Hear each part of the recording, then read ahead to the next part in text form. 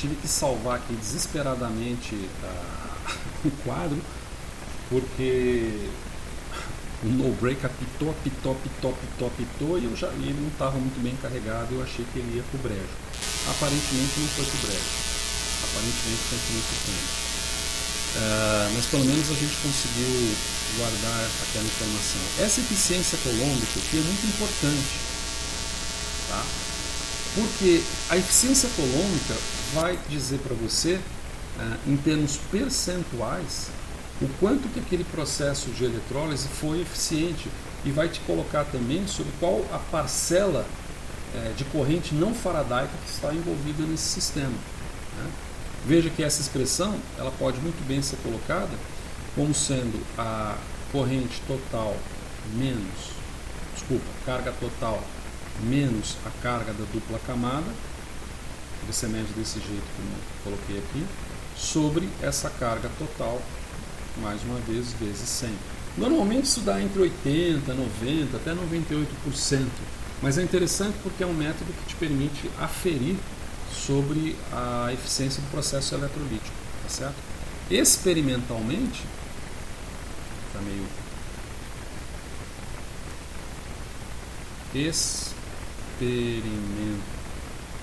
experimentalmente, o que você faz basicamente é o seguinte: você tem aqui, ó, acho que eu já coloquei isso aqui na videoaula anterior, algo assim, né?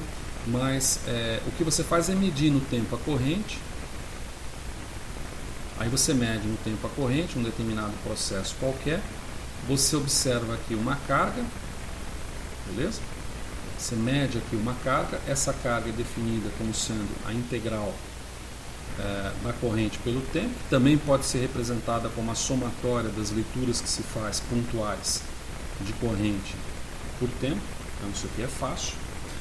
Uma vez que você tem essa carga ela é medida em coulombs, na qual um coulomb representa 96.485 mols de elétron. E isso acaba se correlacionando, a gente vai fazer esse exercício, ao mol da substância que foi eletromodificada. E se você tem um mol da substância que foi eletromodificada, você consegue saber a quantidade dessa substância. E essa quantidade é dada em massa, portanto é dada em gramas. Essa é a grande aplicação, por assim dizer, da colometria, que é onde você consegue detectar massa depositada ou massa transformada em solução ou até em superfície eletródica, tá certo? Essas duas situações. Então, esse vídeo vai ficar um pouco mais curto, mas a ideia era colocar para vocês mais ou menos essa informação. Tem outra informação também interessante que diz respeito ao uso quando você tem. Vamos fazer o seguinte, vamos salvar isso aqui então e vamos exportar isso aqui também antes que a gente se perca aqui, né? Impressionante. Tem dias que a gente clica nos trem e os trem não vai. Vamos colocar um 2 aqui para ver o que dá. E aí a gente... Eu exportei isso aqui, acho que acabei de exportar, né? Ah não, acabei de exportar, tá certo. Vamos abrir uma outra situação, observação aqui para colocar para vocês.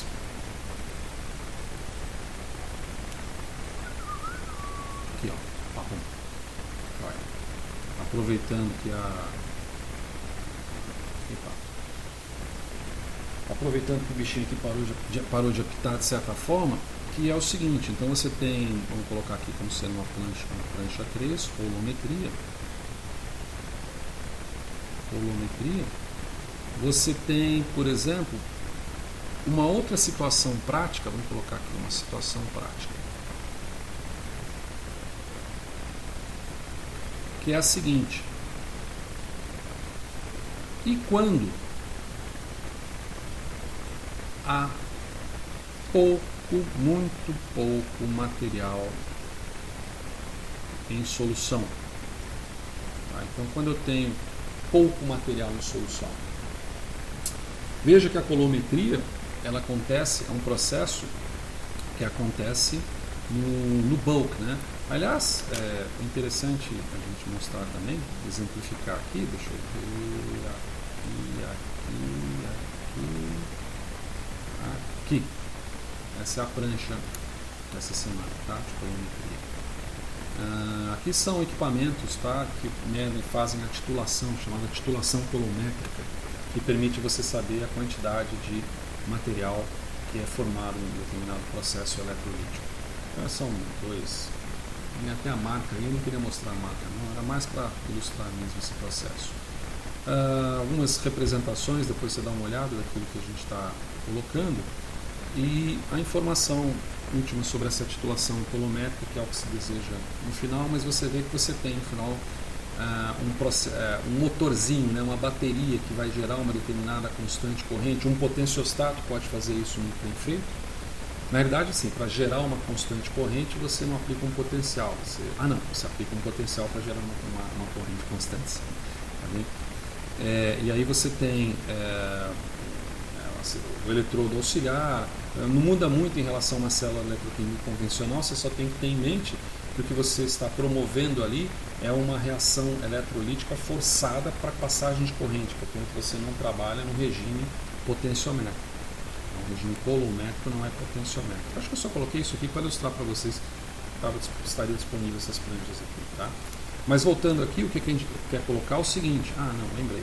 E se você tiver aqui, ó, pouco material, né? Se o material que você tiver que processar aqui for um material diluído, aí você tem dois caminhos, ou pelo menos dois caminhos, certo? Um desses caminhos é você fazer o que se chama de pré-concentração. Pré-concentração desse material. Ele tem um termo em inglês chamado de stripping. A pré-concentração de material, ela é bem interessante porque ela permite, por exemplo, que você, num material que esteja bastante diluído, você consiga pegar algo como 10 a menos 8 mol por litro. Dependendo da técnica eletroanalítica empregada, como voltametria de onda quadrada sob stripping, por exemplo, você consegue pegar até menos, eu ia falar mais, né? Até menos do que isso, quer dizer, você consegue aumentar ainda mais a sensibilidade do sistema.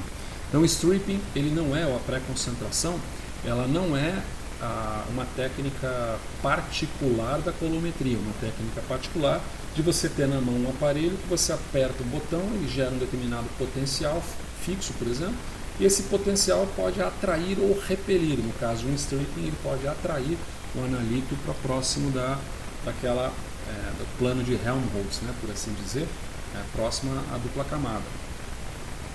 E a outra forma é você utilizar microeletrodos,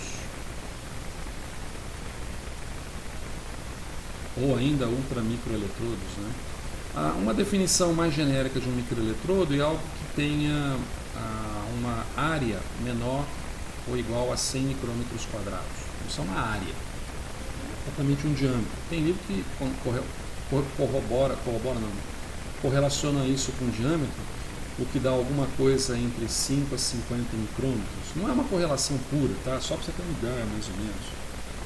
Então são microeletrodos.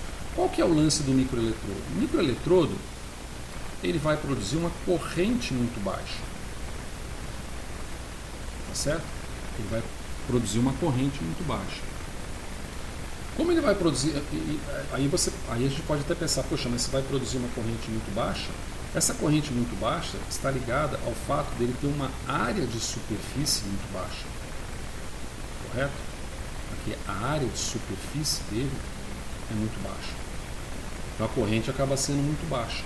Mas tem um detalhe. Se a área de superfície dele é muito baixa, isso implica que você também terá uma redução na área de cobertura, uma redução, de modo geral, vamos colocar de modo geral, uma redução na dupla camada. A dupla camada elétrica. O que, entre outras coisas, vai inferir que você tem uma redução na capacitância de dupla camada elétrica. Então, se você altera, se você reduz, se você diminui a capacitância que está relacionado à corrente de carga ou carregamento, corrente de carga da dupla camada, relacionada à corrente de carga da dupla camada, se você obtém uma redução nessa capacitância de dupla camada, obviamente que você vai obter um maior transporte do eletronalito, certo? Do eletronalito ao eletrodo, que vai ao eletrodo. Então, de certa forma, você tem dois, não são jeitinhos, mas dois métodos alternativos quando você se deparar com uma situação em que você tem pouco material em solução e deseja dosar esse material em solução numa técnica colométrica. Você realiza uma pré-concentração pre-stripping, ou você emprega um microeletrodo ou um ultramicroeletrodo, que é menor ainda. Uma da vantagem do ultramicroeletrodo, que nem dupla camada às vezes acaba surgindo, de tão pequeno que fica o negócio. Se aumenta o transporte das espécies químicas, a difusibilidade para os planos de Helmholtz, e aí você tem um fenômeno eletroanalítico ocorrendo com menor capacitância de dupla camada. Tá bem? Então essas são, por assim dizer, alternativas dentro do capítulo grande aí que se chamado de coulometria. Tá bem? Muito obrigado.